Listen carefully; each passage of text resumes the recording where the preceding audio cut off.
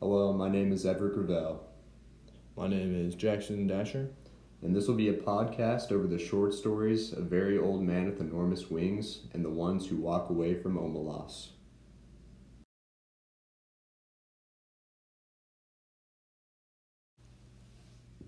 So, the first story that I'm going to consider is A Very Old Man with Enormous Wings. To start us off with a quote, "But when they went out into the courtyard, with the first light of dawn, they found the whole neighborhood in front of the chicken coop, having fun with the angel without the slightest reverence, tossing things to eat through the openings in the wire as if he weren't a supernatural creature but a circus animal." So the theme scene here is kind of just the people seeking their own happiness and well-being without much regard for the others in the story. Another one is the parish priest had his first suspicion of an impostor when he saw he did not understand the language of God or know how to greet his ministers. So this is kind of a theme of constant suspicion and being skeptical of things around us. And this theme is very prevalent today, especially in the news. People are skeptical about the vaccine or skeptical of a type of government and things like that. And finally, there's a quote that says, "It is so happened that during those days, around so many other carnival attractions, there arrived in town the traveling show of the woman who had been changed into a spider for having disobeyed her parents." So this quote has similarities to the Metamorphosis by Kafka, which makes sense because the author of A Very Old Man with Enormous Wings, Garcia Marquez, was inspired to write this after reading the book by Kafka. This was a book about a man who woke up as a huge insect, which is very similar to the quote about the woman being changed into a spider. So this theme of metamorphosis is very interesting because it shows that Marquez was inspired so much by Kafka's writing that he wanted to use some of the elements from the metamorphosis in his own writing.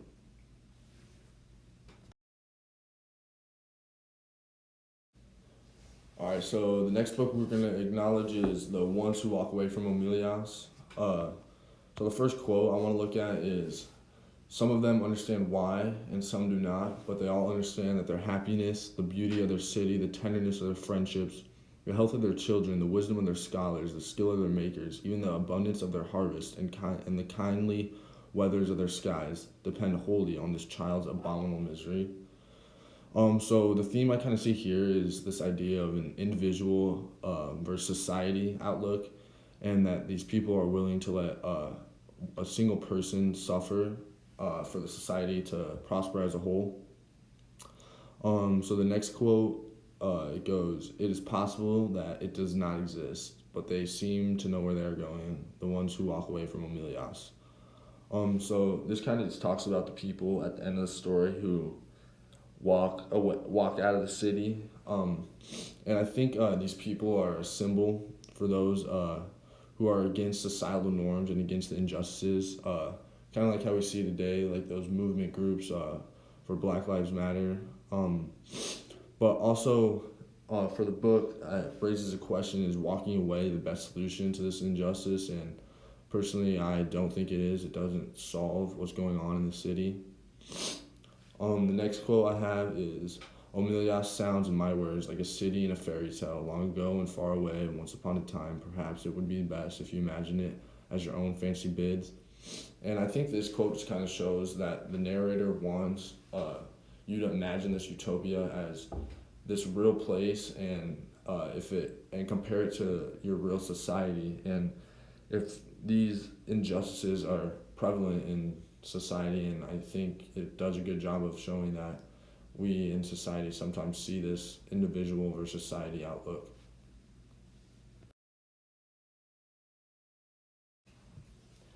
All right, so now we're going to speak on to a discussion question, and that is ignorance bliss?